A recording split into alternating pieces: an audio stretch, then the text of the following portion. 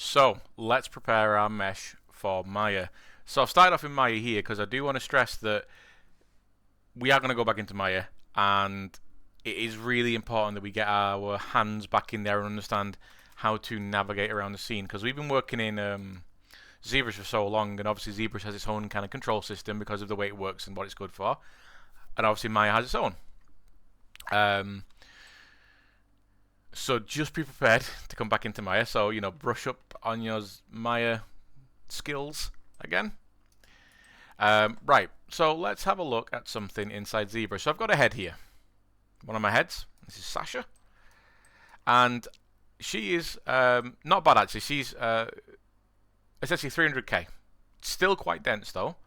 I wouldn't want to take this into Maya to retopologize because it might struggle a little bit. But generally, I've got all the right information here. I'm still going to decimate it. Now in the same scene, so you can see here the density. It's not bad, but I could take it lower, take the stress off Maya. I've also got this head, which is even lower. This is 190k. It's totally cool to take something like this. You don't need something to be 4 million points to take in there. Because something like this, you might be able to get the information you need off it. When you do, if you want to become a character artist and you do more and more and more, you'll find that you don't need to have a super refined sketch.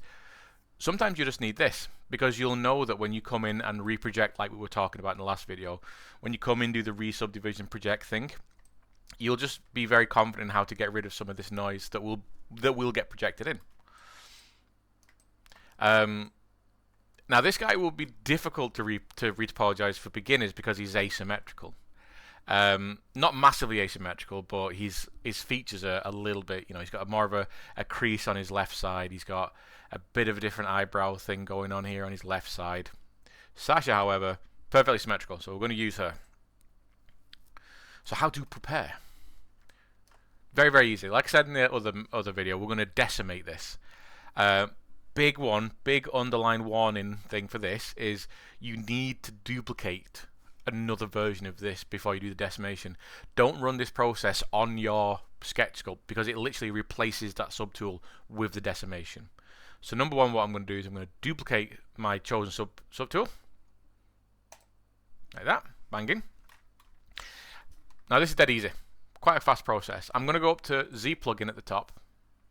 I'm actually going to turn on wireframe so you can see how this works. I'll get a bit closer. There you go.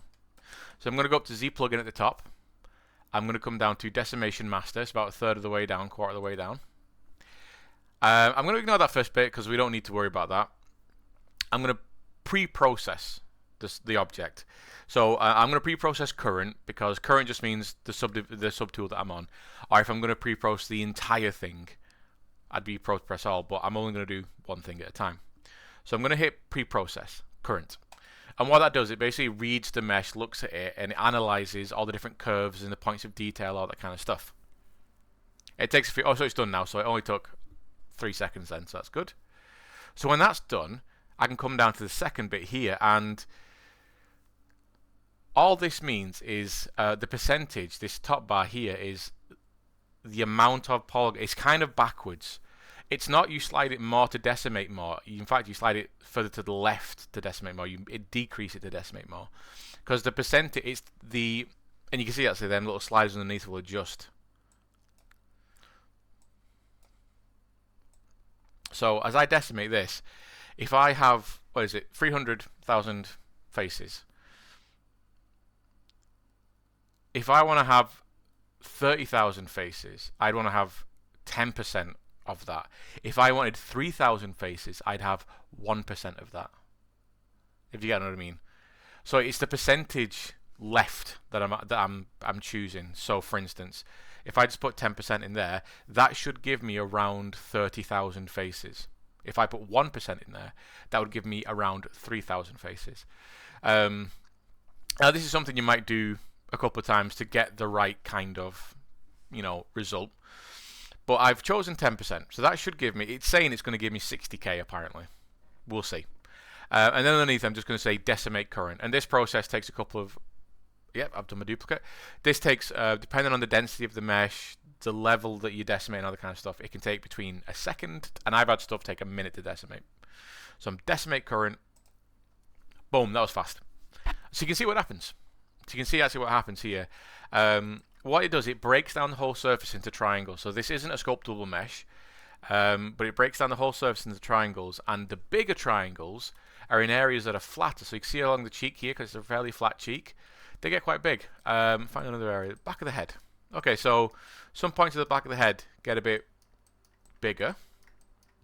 Back of the neck get a bit bigger. But areas where it wants to maintain detail, it gets smaller. The triangles get tighter. So like around the eyes here, where it's obviously like, yeah, got the epicanthic fold and stuff, they get a bit tighter there. Now I'm going to run the process on my guy here, on the Baron. There you go. Now ignore that I've put his eyes in the same subtool, but that's fine. They shouldn't decimate together. Now I'm going to decimate him because I want to show you how, especially around these wrinkles, it kind of works. So I'm going to pre-process current. It's going to take, there you go, took 2 seconds. I'm going to choose, again, 10%, so we should get something like, I can't do that maths. Oh, it's saying we're going to get 60,000 again, or 30k points, 60,000 faces. I'm going to decimate current, and there you go. So you can see here, if I change the color to be a bit brighter, there we go. Around areas that it wants to maintain detail, these triangles get smaller and smaller. And areas where it wants to just be a bit flatter, the triangles get a bit less, whatever. And that's perfectly fine. That's what we want. So this is now a decimated mesh. So we've got 2 decimated meshes now. Looking good. Now I would say I would make decisions at this point. For doing this is not bad. This is it'll be 60k faces, but it is 30k points. Again, not bad, not terrible. That little sliders will tell you as well. If we go back to that, the little sliders here will tell you how many points and how many faces. You can actually type in there as well. So if I do want 30k faces, I'm gonna, where it says k polys, I'm gonna click that. I'm gonna put 30 in there. So that's saying it's going to decimate to 5% essentially, and it's going to have 15 points. And now we're going to see. We're going to first Control Z back so we get the original version. Don't try not to decimate a decimated model, because you know, always if you need to redecimate something, just go back a step to this version and then decimate again. So yeah, I want to be 30k faces, so I'll decimate current. There we go. So you can see the triangles are a lot bigger. It's still maintaining a lot of that detail for me. I've not lost anything. But what I'm going to look out for are problem areas. Areas that I know, of having done this a million times, areas that I know will have a problem with how retopology, or what it's called in Maya quad drawing, how when we retopologize we might have some problem areas, and they're around really tight areas of detail. So around the epicanthic fold, that's starting to get a little bit wobbly, so I might get some issues there. Around the corners of the nose, this is actually maintained quite nice. Around the mouth has maintained quite nicely. I'm going to take it really low. I'm going to go stupid low and show you what not to do. So I'm going to say 3 faces, 3k. That's too far. I've lost everything at that point. It's even struggling to maintain those smaller triangles and areas. It does its best. I mean, it's not done a bad job of giving us a, you know, a facsimile of a head. It still looks, it kind of looks cool, to be honest. I quite like the way that looks as like an artistic piece. But obviously that's far too low res, so I will go 25k. Something else you can do. You can skip all that and then go right to the bottom where it says presets and decide how many points it'll give you there. Don't always jump to the presets, because again, depending what you're doing, the size, the level of detail, whatever. If I'm doing like for instance my big alien dude, that's a full body, there's a lot of detail on there. So if I just click 20k, I'm going to lose all that. And if I just decide to try and take that and retopologize it, I'm going to have a bad time. But maybe between 75k and 150k. So I do 75k, still too low. I do 150k, it's a bit high. I need to find the middle point. So, you know, you do have presets here, but So I'm going to click 20k, see what 20k does for us. So it processes, does the thing. Okay, boom, does 20k. So 20k actually looks quite nicely on this head. You know, I've got the right amount of detail in the eyes. I'm not losing too much. Everything's still maintained, you know, that's all good. Okay, so I've decided, okay, this 20k is good for me. That's going to be about 40k faces in Maya. That's fine. Totally fine. I could go low, but I'm not gonna. In fact, yeah, I'm gonna go back on what I said. I'm gonna go. We'll see what 15k does. So yeah, 15k points is going to give me 30k polys. So I'll just decimate that. There we go. Done. See, really quick process. Now that's one of those stages, and I've done a bit of back and forth there, but that's only been about 5 minutes at most. So as you can see, some of them steps are like super speedy quick. Awesome. So now I'm going to take this into Maya. I've got to export it out of ZBrush. Now, one thing I don't want us to do is use this export here. You can use it, but I found that presents a bit of problem when you take it into Maya.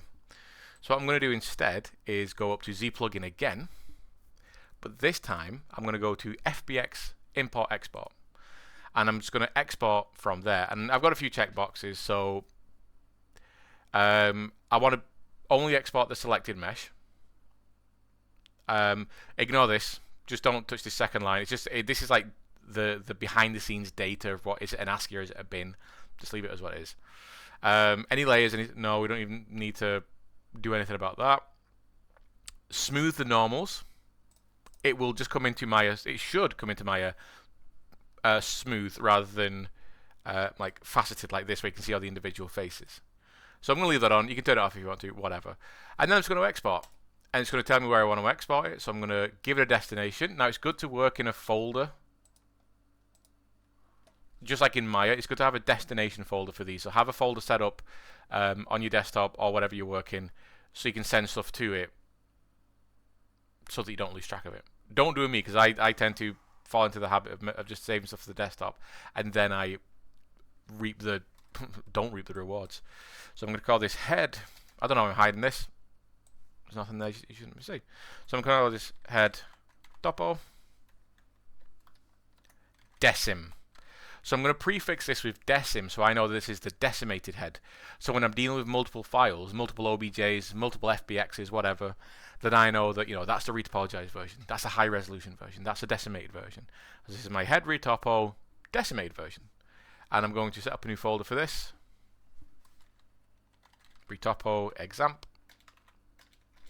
There you go. And I'm going to place it in this. So bang. There you go. File exported. Awesome. So now we go back into Maya.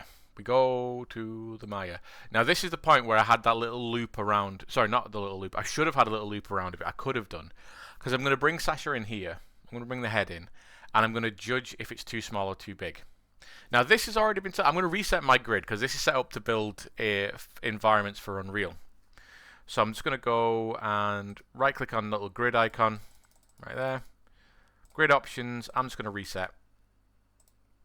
There you go. So that's our basic Maya grid. I've changed the colors, I'm not going to reset them. So I'm going to go to File, Import. I'm going to navigate to that head exam folder.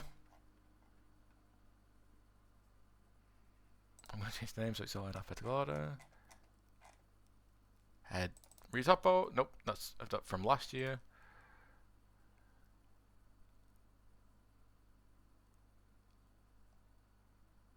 Oh, I put it retopo exam. There it is. Boom. There you go. Boom. And then I've got my head topo decimated FBX. Bring it in. There you go. Right. Now you can see the problem. So remember that each one of these squares is a centimeter. So this is a centimeter by centimeter by centimeter. This is a centimeter cubed little head. It's still there. All the information's there. But it's tiny. And with how retopology works inside Maya, it's almost like magnets. And if something is too small, these magnets, these surfaces are going to kind of stick to each other too fast. So what I'm going to do is go back into ZBrush and fix that. Now I'm going to show you what we shouldn't do. We shouldn't go, oh, I'm just going to scale it up in here. And I'm going to move it up. because then I'm going to export that and export that back into ZBrush, and I'm going to show you what happens. So when I export selection, I'm going to navigate back to that folder. I'm going to go bad head, export that, jump back into ZBrush. I'm going to make a new subtool. So we can also go over the whole process of bringing stuff back and forth into ZBrush. It is a bit of a schlep, I'm sorry. So I'm going to append a new subtool because, again, I can't. ZBrush doesn't make new subtools when you import and export stuff. It literally overwrites the subtool that you're on. And then I'm going to import.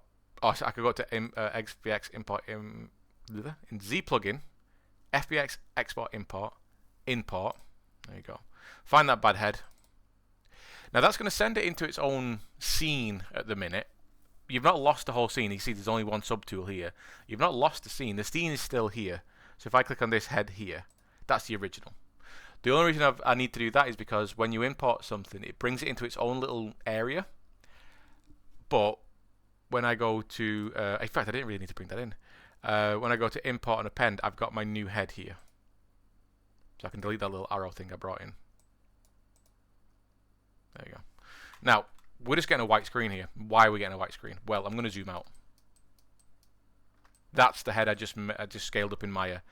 And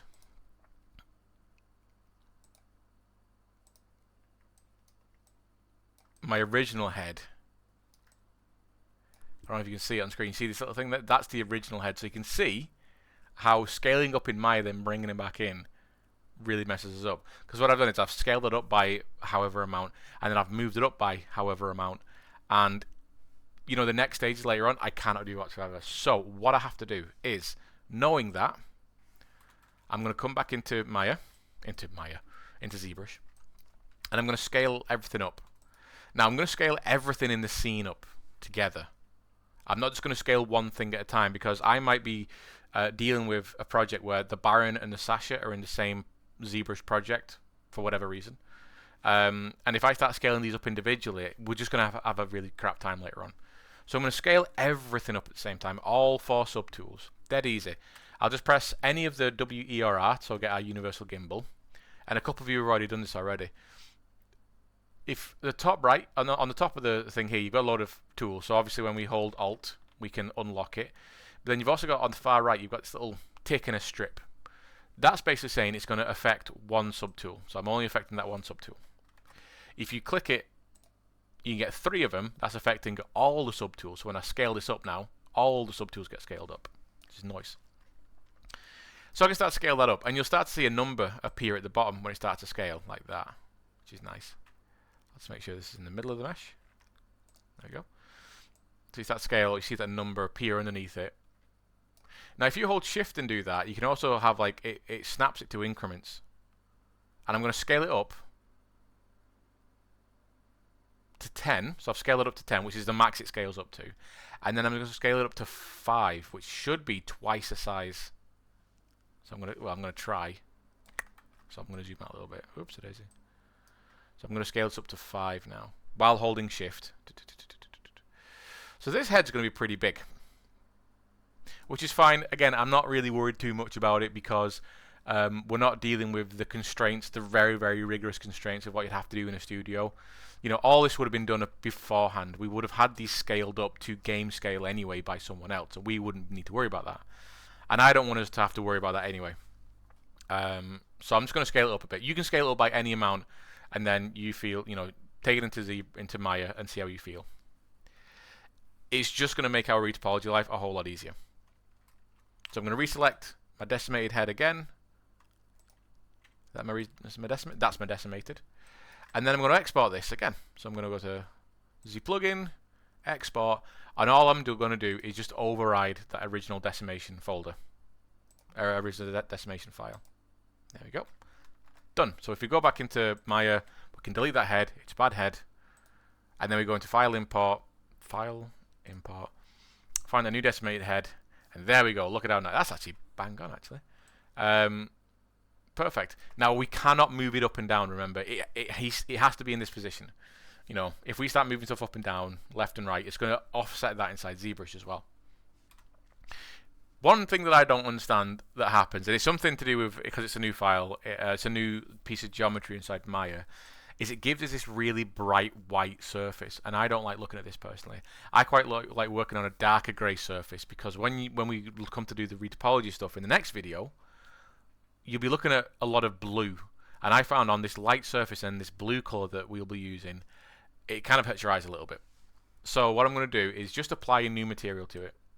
I'm going to go hold right click over the surface, assign favorite material, and I'm just going to assign a Lambert like that, and then I'm just going to darken it out a little bit like that. Nice, good. I can even turn off the grid as well, because the grid, I don't really need it to be there. And that is our head now ready to be retopologized. There's a couple of things we need to do before we actually start physically retopologizing, but we'll do that in the retopology video. So let's go back over what we've actually gone over in this video so far.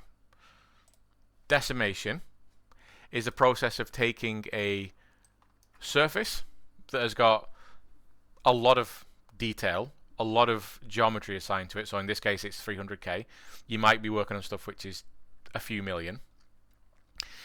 Taking that surface, duplicating it, and then running the decimation process, which is in Z plugin decimation master. Either pre-process the model, decide a particular number you want to work to, and then decimate it, or see what one of the presets will do. Don't always rely on the presets though, because sometimes the presets can not necessarily give you the result that you want. You know, it might be too little, might be too, you know, between 20k and 35k, one might be too much, one might be not enough. And then get the right decimation level that you want, so that you're not losing anything, that all the detail is still being maintained, but it's coming down enough so that the number's going to be too high. In class, or you can even send me screenshots and stuff, please ask me if I feel that is, because this is something that, you know, this isn't an observational skill. I can't expect you to be like, Dave, is this enough for me just of yourself? What do you think? You know, I will help people with judging the right density of this. You know, I've been doing this a long time, so I know the density levels that needed, and it all relies on the size of your object as well. Sasha's head and the Baron's head are similar sizes, kind of. They're not too different, but something like 20k might work differently on what, you know, 20k might work perfectly on Sasha, but then it might decimate too much on the Baron because he's a bigger head and he's got more detail. But then if you're doing a full body, say again my big chunky alien dude, if I do 20k on him, that's going to lose far too much information. So I've got to think about, right, what's the surface I'm dealing with? So when we do our full bodies, we'll have to decimate at a higher percentage, because we want to have more information, more polygons left over to cover the surface. If you try and do like 10% on a head, might look good. 10% on a body might not look good at all, because it's just the body's, there's too much surface area on a body. So I'll help people out with that. So we've decimated it, run that kind of stuff, and then all we've done is exported it, taken it into Maya, judged if the scale is too small or too big. If we're just dealing with stuff that is based off the 32 Dynamesh sphere, they will always need a bit of scaling up. It's just something that it will need to have done to it. ZBrush's scale is really small compared to anything else. I don't know why. ZBrush is like works on a really, really small scale.